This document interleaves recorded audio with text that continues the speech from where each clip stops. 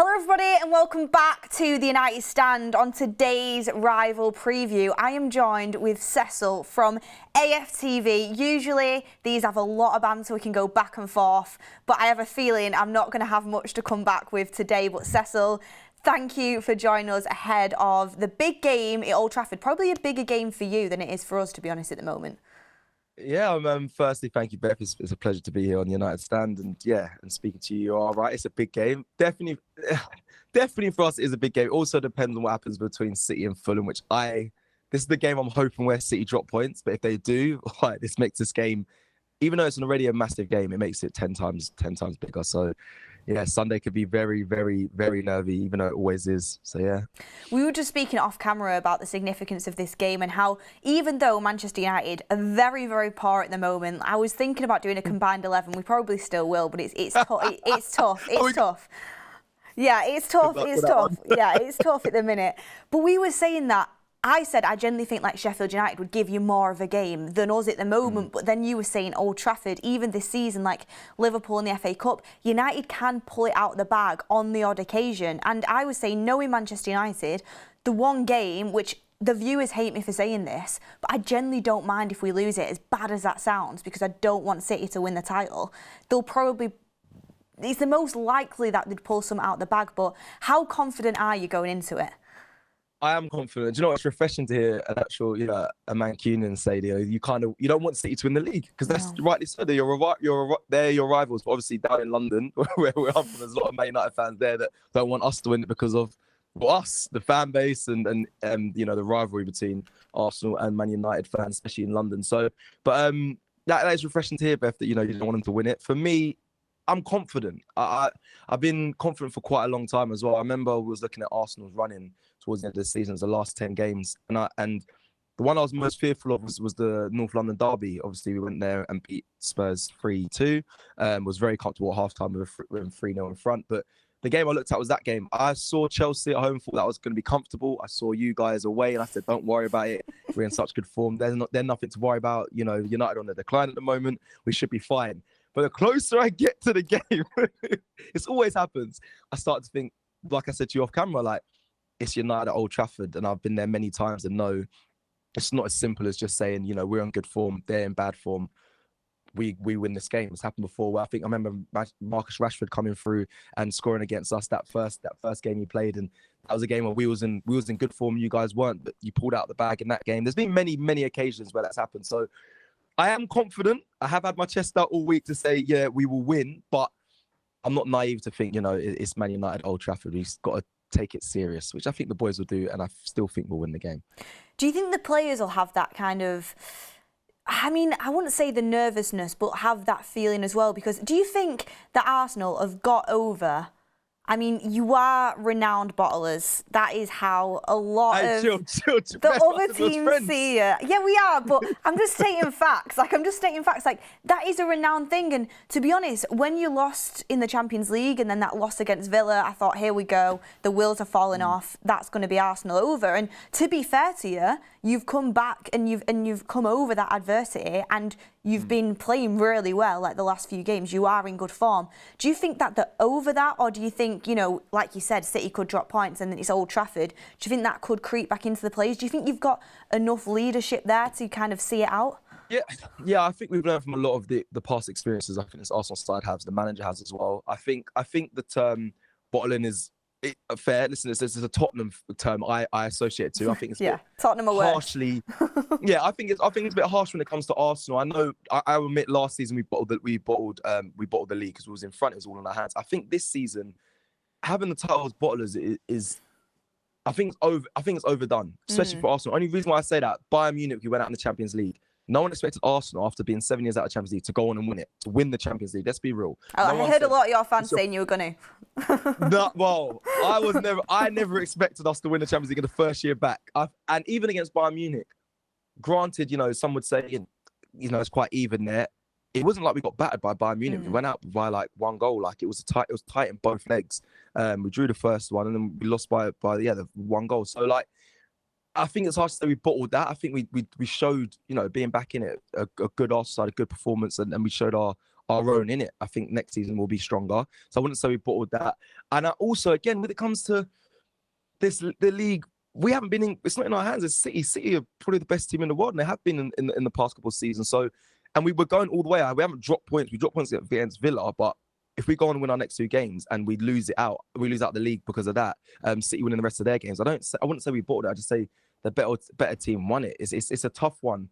If anything, Liverpool bottled all their opportunities. You know, they'll go for the quadruple. That's what I was hearing. You know, Virgil, they doubted him and all this, and now look, like they're going to probably leave with a Carabao Cup in 3rd place, the same as what you guys did last season with Eric Ten Hag. So I don't know. I think bottling it is harsh. I think they have learned from the past experiences, though. To go back to your initial question, I think every season, Beth, I'm being honest, we've improved from Arteta's first full season, 8th, disastrous season. Obviously in the first half of the season, he got the FA Cup. I think it gave him time when he got 8th place finish. But the next season we hit 5th. Yes, we bought a top 4, fair enough, but there was progression there. We believed, you know, there was a style of play for Mikel Arteta. There was an identity. He signed players that were questionable but worked out in the end. Then we ended up going from 5th to 2nd, just missing out on the league by being league leaders for like 48 days on top. And we were buying into it. And I think they learned from the experience of bottling top 4 and getting 5th. Ended up getting 2nd. I know we didn't win it, but then this year, so I'm not saying we're going to win it, but all these experiences, it seems like the team and the manager has learned from them, and we've improved every season. So we've done right to stick by Mikel Arteta, and he's proven, you know, that things are good. We're back challenging again, and it's a glorious time to be an Arsenal fan, in my opinion. It is, and I'm going to be honest here, like, I'm so jealous, like, genuinely, and it hurts me to say it, because not so long ago, United and Arsenal were both bad. Like, they were both poor. Yeah. And if anything, we were probably a little bit better than you, like, at times. And you looked at it and you thought, God, the fall off of Arsenal and United. And since since Arteta's came in, he's done a magnificent job, in my opinion. I mean, there's people out there that say, oh, United could still finish with more trophies than what Arsenal have this year, the same way as last year, you know, if we won the FA Cup, if buts and maybes. But I say back to them people, I'm not just going to try and argue. Like, I would rather have had your season, like competing in the league, like knowing that you're going somewhere, watching you play amazing football, like putting a lot of goals past certain teams and dominating teams. Like, that's what I want to see Manchester United doing. And like you said, that is what Arteta has done over the course of his time at Arsenal. It's not been a quick overnight fix. It's been years upon years of progress. And a lot of people, i.e. Man United fans, compare the Ten Hag situation to the Arteta situation, because, you know, we all remember the Arteta out t-shirts, like, we all remember him, and now he's doing so well, and rightly so. You guys are absolutely buzzing with him. I mean, do you think you can compare them situations, and what are your thoughts on Ten Hag for Manchester United? Interesting this. I did a preview yesterday, and this was the main bulk of the conversation. It's hot.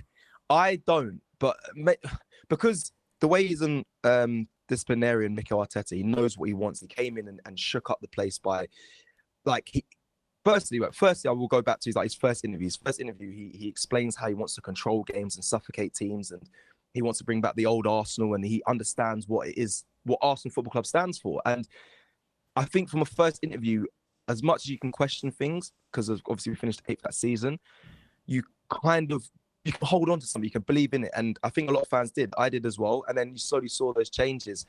Granted, Eric Ten Hag, he came in like a 3rd place finish. I probably overachieved, got the Carabao Cup as well, fair play to him. But with Mikel Arteta, when he came in, he won the FA Cup. And like I mentioned before, there was continuous progression season by season. Eric Ten Hag's had a really good season, overachieving last season to this season, where it's pretty bad. And we didn't really see, we didn't see, like, with Mikel Arteta, yes, there was dips in performances, but it wasn't this bad. It's been quite progressive. So that's one thing I think that you can't compare between him and Mikel Arteta. But I know a lot of the fans are on one side of the fence with Eric Ten Hag. They want him out. Some say just give him time, let him go with Ineos and the whole new infrastructure and the changes. And once they do a clear out, it might end up what Arteta has done. But I don't see it, because I listen to Eric Ten Hag in press conferences, and I just think he doesn't have a clue. Like, he's under so much pressure, and he's just stumbling on his words. He doesn't really seem like he has control of the situation. And that for me is a big sign as well. Mikel Arteta, I think he's very calculated in these press conferences. He speaks very well. And when it comes to big characters like the Aubameyangs, he he was done when he was done with him. He was done with him. We had to tear up so many contracts, so many. We had to terminate so many people. Nicolas Pepe, Willian, Aubameyang. We had to take so many losses, which, granted, I think you guys are going to have to do as well. You guys are giving people big contracts on big money. You're going to have to take a hit on it. And I respect Mikel Arteta for doing that and standing by that. And it seemed to have worked. He signed players. I think Erik ten Hag has signed players that at first everyone thought they were going to be the right, the solution. He's worked on them before, but they haven't been good at all. A lot of them, I can go through a list of Man United players that he signed and thought, I knew you thought they were going to work, but they haven't. With Arteta, he signed a lot of players that we all questioned, but they worked. I mean, there's loads. Ben White, Aaron Ramsdale, David Raya, Havertz. Like, we questioned him, and a lot of fans, there was a time we were saying he can die on this sword. Like, if these go wrong, he's going to die on this sword, and there's going to be a lot of, anger towards Mikel Arteta, but he's got it right. And with Erik ten Hag, I haven't seen that. There might be some similarities in the sense of, okay, give him time. Ineos, Erik ten Hag, for example, Arteta had Edu, didn't he? And Ten Hag's not really got that. This is it. This is what I was going to say. That's the comparison. That is the only thing I said, is that Mikel Arteta had Edu, the board, they all came together and they work as a solid team. They promised all this to the fans. They said, it's going to be a complete change. Just trust in us. Just trust the process. We've got a 5-year plan, all that. And granted, there was times where it went a bit, there was some Arteta out times. We stuck by it. And now we're seeing the fruits of that labour. That could happen. That could. So I know where there's the Erik ten Hag in fans, I do get they're trying to look at certain things and say it could change. This could happen for us. But for me personally, from what I've seen, I just don't think he has the minerals and has that caliber to get there. But again, you never know with the whole board and the change that it might work and with the clear out. But I would say no from where I'm sitting. So if you were a United fan now, would you give him one more year under Ineos, or would you make that change? I would make the change, but then I make the change, but then you're going to say what managers are out there, and that's I know you think to like Southgate's and stuff like that, and if I'm you'd want us to get Southgate, wouldn't you? I would love for you not to get Southgate. That would be the cherry on top of the cake. Just so that might be something that'd drive me actually down to London, honestly, out of here.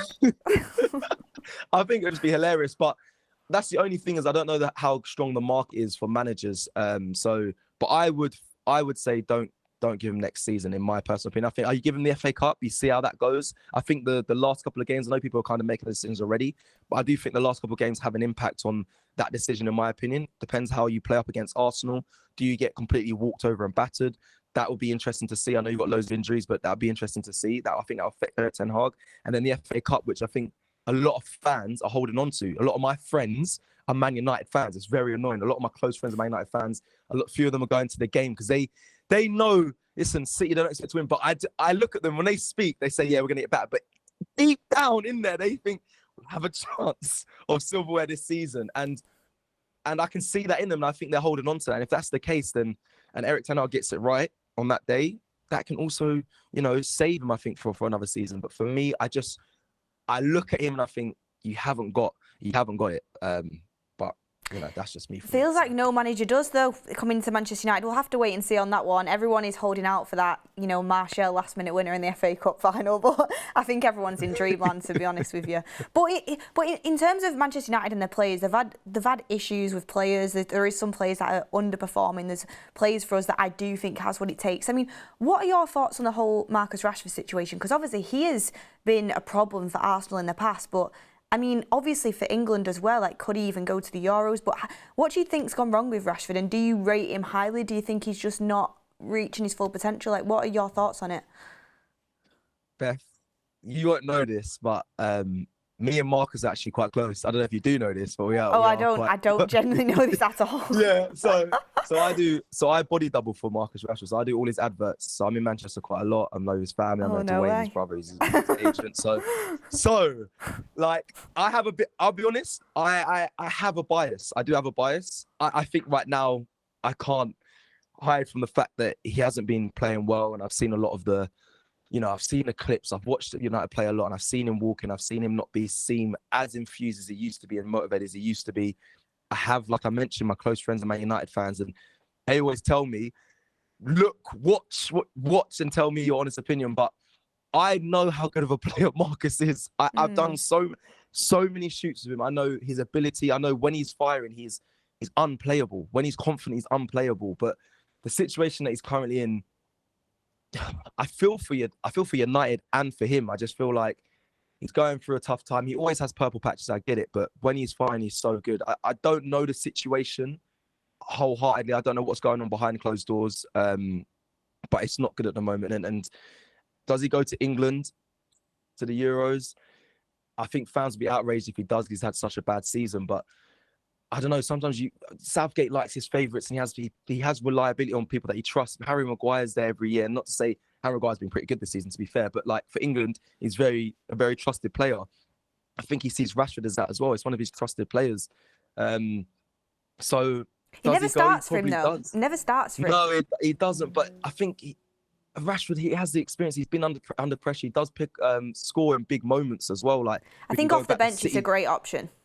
He is, and he's still got the ability. There's no doubt about it. He doesn't just lose his ability. I just think he might need a new challenge. Well, everyone who Arsenal, I speak to, when they say like they see him training, he's absolutely unbelievable. It's like honestly, his technical, he doesn't get enough credit for, which we don't really see. We just see him as, some people call him a pace merchant in behind and all that. But his ability is the way he strikes the ball. His technical ability is crazy, but we don't see enough of it. But I've seen it firsthand. He's a good player. Yeah, loads of people always say when they get asked like loads of United current players, who's the best player you've played with, and people will say Rashford. I'm like, why am I not seeing this on a weekly basis? Maybe it's one of them situations like Sancho, couldn't get anything out of him at United, went to somewhere else, a different environment, and he's now doing well. So maybe he needs a change of environment. That could happen with maybe a change of manager. It'll be interesting to see how he plays out. I hear you, but like Sancho, I think Sancho's an anomaly because like he came. I called it I went on a United channel. I said like I don't think he's gonna. I think he's gonna flop. And the thing that's why it makes an anomaly with Rashford, because Rashford's been amazing. Like you've seen amazing spells from him. Sancho, don't get me wrong, he's been quality for Dortmund and other clubs, but Rashford's different. He came through. He's a Mancunian. He's Manchester through and through, and like he came through and hit the ground running. And ever since he did progress. But then he now has had so many dips recently, and there's obviously been, him going out as well, the Belfast, the China Whites off for his family and his birthday, because I know his brother shares the same birthday as him, after the Man City derby. Like, I know there's questionable things, and he is a big character, and there's always question marks for Marcus Rashford. But again, it's hard for me to massively speak because I have a bias. But there is a player in there. He is having a bad season. I do think he needs a new challenge, whether that's a new manager coming in and trying to revitalize his ambition again, or him going to a new club.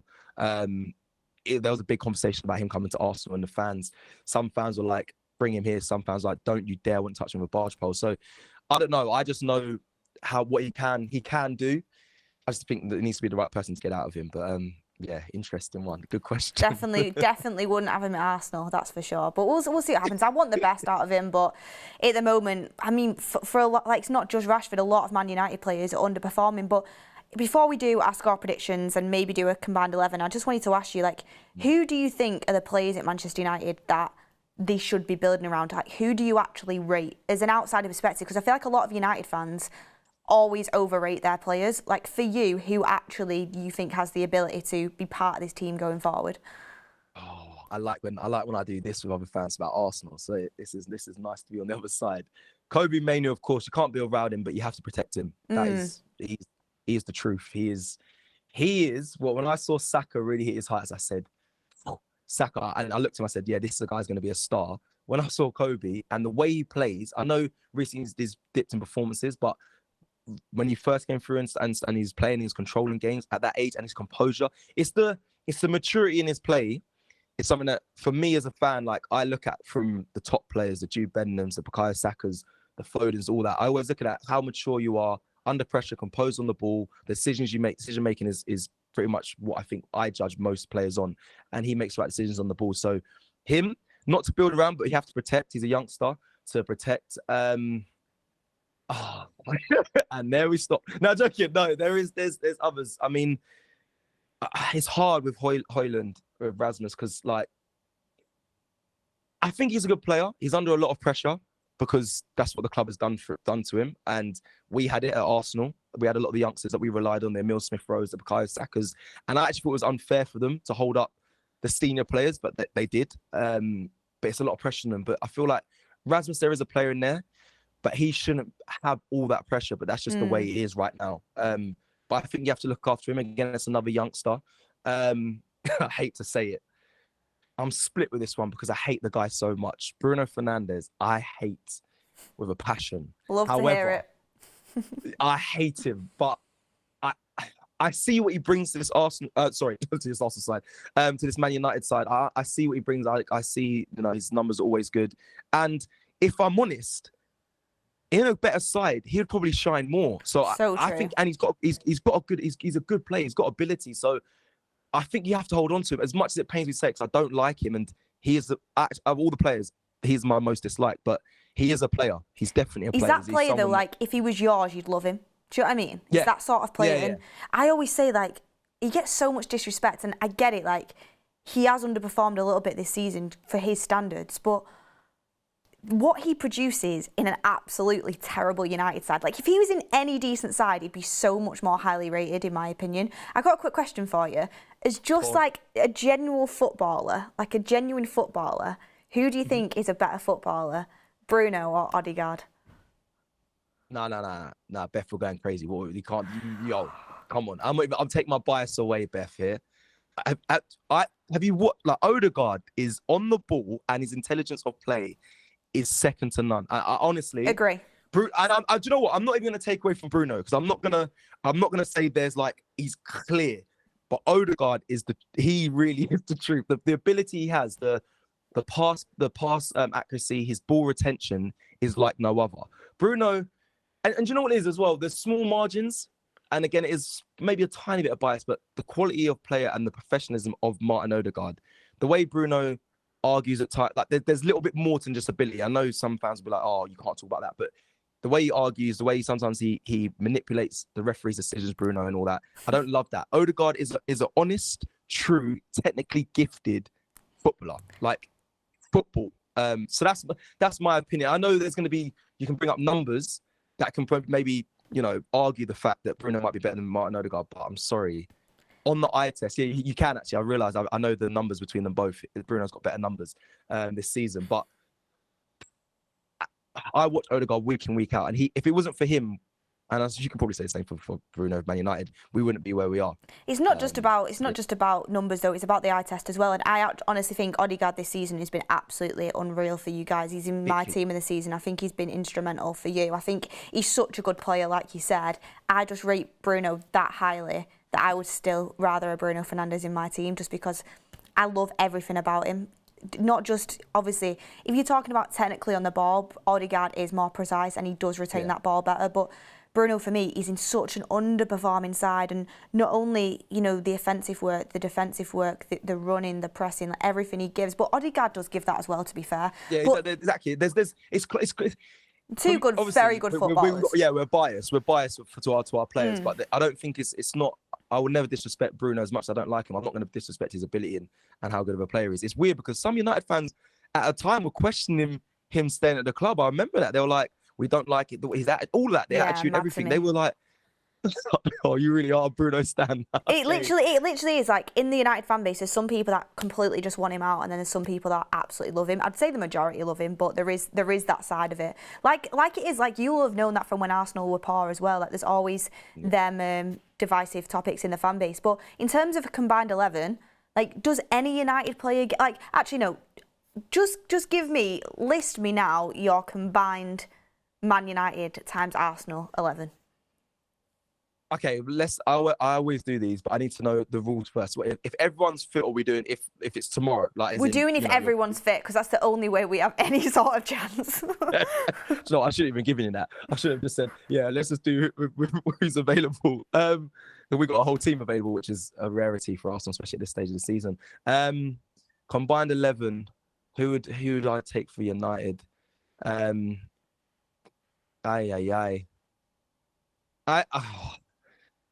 Maybe Bruno, but not for Odegaard. So it'd be Rice. It'd be Rice in the DM spot.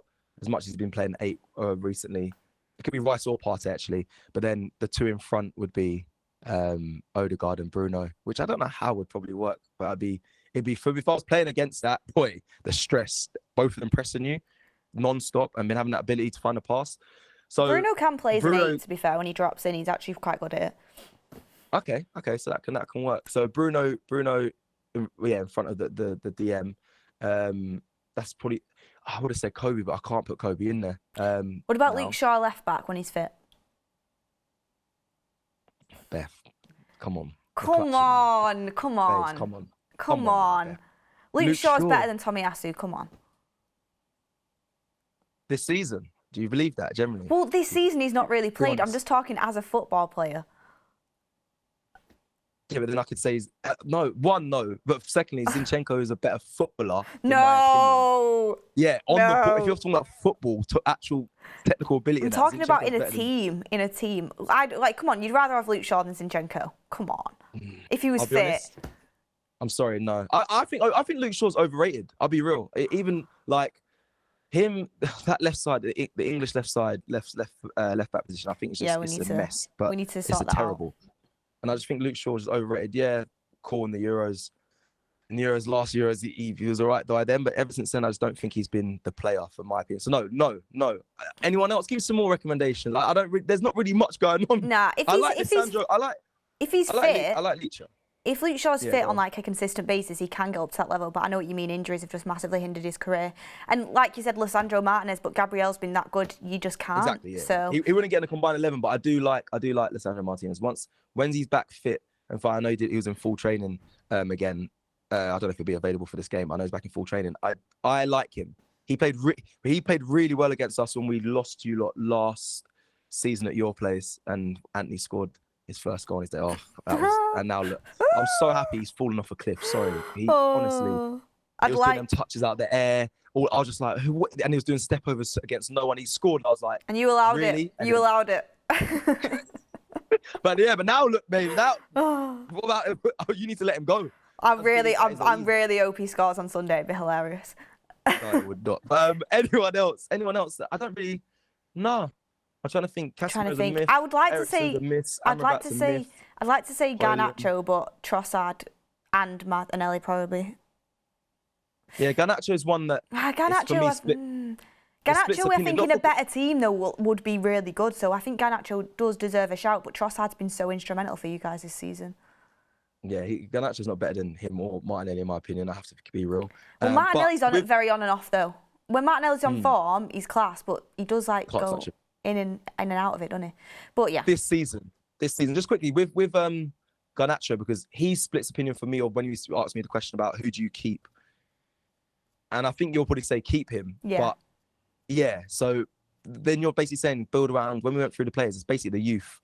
Yeah, literally. Bruno. Yeah, literally, the youth and Bruno. I think Garnacho, obviously, he started off so well and he's dipped a little bit over the last couple months, but he's playing every single game, numerous minutes in a horrible United side, and he's only 19. I feel like when you look at players like bringing them through, look at what City did with Foden, and I'm not saying Garnacho was Foden level because he's not, but he got 10 minutes here and there, introduced him to the team. That's what I mean. Can do that. You just it's like Kobe now, thrown in and that's it. And it's tough for these players to kind of adjust. And we had that. At Arsenal. Saka had it, didn't he? Yeah, we had to just throw them in and just say you have to carry the badge and put this team on your back. So it's annoying. The Pep has the luxury of introducing players slowly, and now it's got to a stage where City have a 1 year buffer. So the likes of Doku, they're saying, but it's his first season. Wait till next season. Pep has a plan. They did that with Grealish as well, didn't they? Have a Grealish, exactly. This is what I'm saying. So we don't get that unfortunately because you have to just get thrown in the water and swim and not drown. So but yeah, it's interesting about Garnacho. He's one that for me splits opinion. Would you take Ramsdale just quickly over Onana? Nah. Come on, Beth. Nah, I wouldn't. And the reason why is because he's not the keeper that. Even though Onana, has had a bad start and he's had shaky moments, I wouldn't, if I was to replace Onana, which I wouldn't do, because I think there actually is a player there. I think we just need to keep going with it. I do. I think he deserves a bit more of a chance. We bought him for a specific reason and we've not used him for that reason this season. It just doesn't make sense. That's another thing I'm questioning Ten Hag about. But Ramsdale isn't the style of keeper we want going forward. There's a reason why Mikel Arteta went and got David Raya in, who I wanted us to sign last summer, like on the United stand, I was saying it all the time. There's a reason why he went and got David Raya, and it's because Ramsdale, even though he's a good keeper, like, do not get me wrong, I'm not like slagging him or anything, and I think he is a good keeper that can play well in the Premier League. He's not somebody that plays out from the back at the standard that we want to be able to do. So that's why I wouldn't take him. I'd want a keeper that's so super good, like with the ball at the feet, because I feel like that's the way that the game's going at the top level, especially. Yeah, so fair enough. Listen, I'm getting into my presenter bag. This is what I do now at AFTV. But just quickly, I know I'm circling straight back to the top of the show, but like, how long do you think until United are back competing, or like, how long do you think your rebuild will take? I have to ask you this because ours took a certain time. I'm not going to say how many years exactly. We worked it out quite recently and we spoke about it, but I'll tell you after you think how long yours is going to be. This is why I question Erik ten Hag as well, is because we were lucky with Mikel Arteta, I'll be real, because first managerial job, and he changed everything and got us back to where we are in quite a short period of time. But the clear out you guys are going to have to do, and our clear out still happening. Let's not forget that. We still have like people like Cedric, and there's still people on our books that we're still trying to move on, and it's taken this long. But how long do you think, with all Ineos and everyone coming in, the new, the new players that you have to kind of bring in, maybe a new manager, how long do you think your rebuild will take? It depends, really. One, it depends if we stick with Ten Hag, and two, it depends if we get someone else in. Even if we stick with Ten Hag, though, I still feel like we have to like basically start afresh. Like, he has started the process slightly. Like, I do think there is things that have happened, like the underlying foundations that have started that aren't obviously showing on the pitch. In terms of, the Sancho situation, I know people still debate over that, but that's something that I feel like wouldn't have happened under previous management, like his discipline in that situation. But then people would say, well, he didn't discipline Rashford when he was going out clubbing and stuff like that. So I do think there has been like foundations laid with Erik ten Hag. But in terms of the squad, the whole squad and the whole club, I don't want to just blame the players, because it's not just the players. Like there's so many different departments in that club that need a massive overhaul.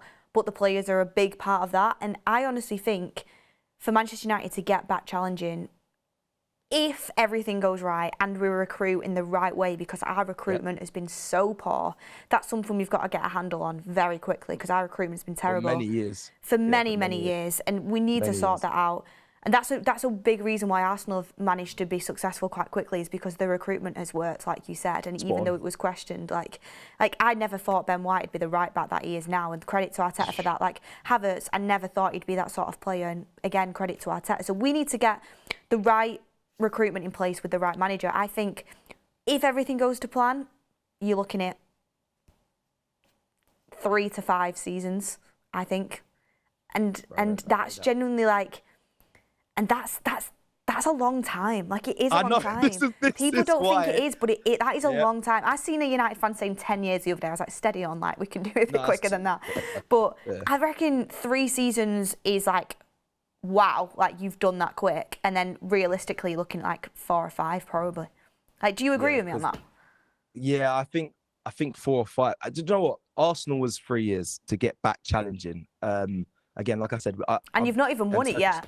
Like, exactly, we're back challenging. We're not. Yeah, we haven't won it yet. So, but that was luck as well. Like you said, there was a lot of times where, like I mentioned, he took risks on bringing in players that could have really detrimented, his time at Arsenal. But he's done it well. But 3 years, I think 4 to 5 definitely for you guys as well. It just depends on, like you mentioned, recruitment.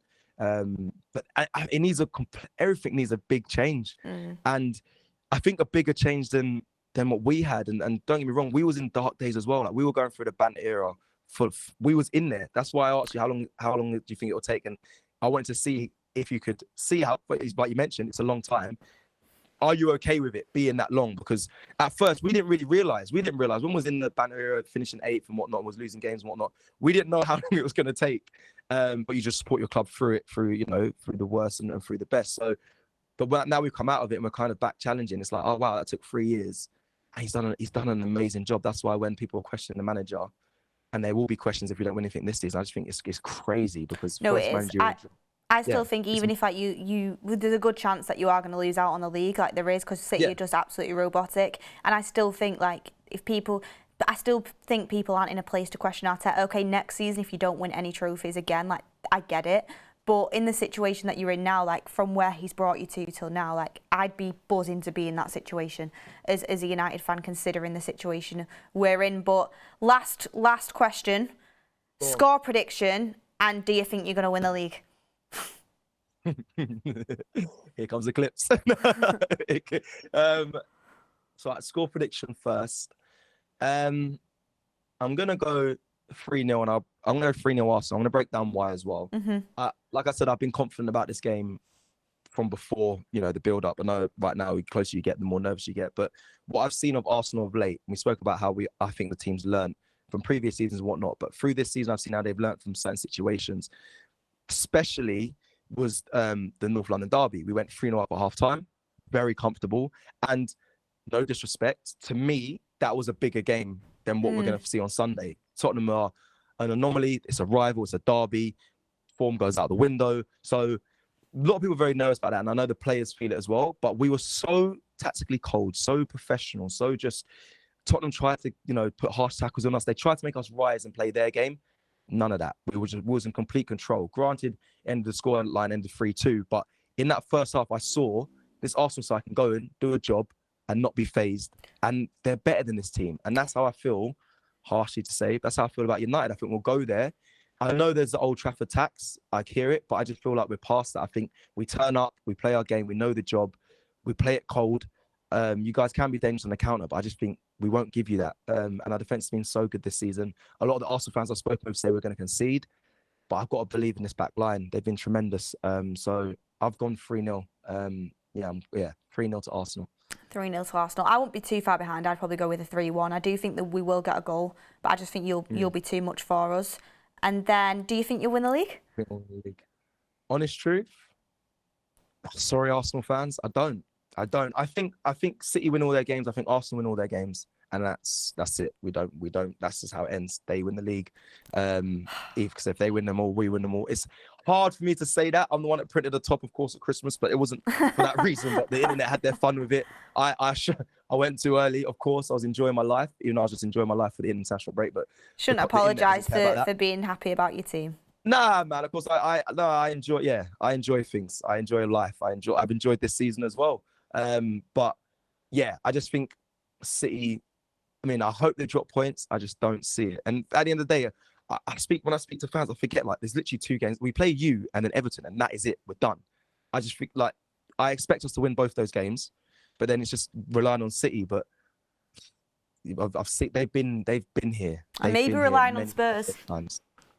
Well, that's the big conversation right now. But you see me as a fan, I've never relied on Spurs. It's mad, isn't it? Because City are relying on us to beat you, and Spurs are relying on. No, sorry, not Spurs. You're relying on Spurs to beat City, so you're both relying on your rivals. So it'll be interesting for sure. But look, I actually, it's a weird situation. I said it's bittersweet for me. If we beat you, it's great. It's always nice to beat you. But at the same time, if we lose, we keep that hope alive that City won't win the title. And as a Mancunian Manchester United fan, the last thing I want is City doing the 4p, 115 charges or not. A cheer when we score tomorrow then, babe. Nah, on Sunday. that won't be happening. I won't be cheering. Come on. I will not be cheering. I won't be cheering. Nah, honestly, you've got to prove that you're not bottlers first and foremost, because I still think there's a little shred of it in there. I knew in there, yeah. There's a little shred of it. She's got a dig side in there. I know it's in there. We'll see. Yeah, no, all good, mate. We'll see. We'll see after Sunday. But look, I'm excited for the running for the title. I'm excited for that, and you've got to wish us luck in the FA Cup final as well. Could have one more trophy than Arsenal this season. It'd be nice, wouldn't it? But look, everyone. Oh, I don't know who. Oh. Look, you'll have Champions League at least. We won't have that. But look, everyone, thank you for watching the Arsenal preview. I'm really hoping this time next season when we're doing it, it is more competitive, and Manchester United are at least more competitive than they've been this season. You never know what could happen. Rome wasn't built in a day, but Manchester United needs some serious changes to get to that point. But thank you so much for joining me, Cecil, and we'll hope to see you again. We'll hope to see you again on the channel. And everyone, if you enjoyed it, make sure you hit a like on the video, comment down below, and let's hope. I mean, what are you hoping for? Because it is a really difficult situation. I'll be tuning in to AFTV either way after the game just to see what you're saying, and we'll be seeing if you're if you've got the bottlers titles or you're looking forward to maybe challenging for the league. We'll be smiling. Yeah, exactly. But look, everyone, thank you for watching, and we'll see you on the next one.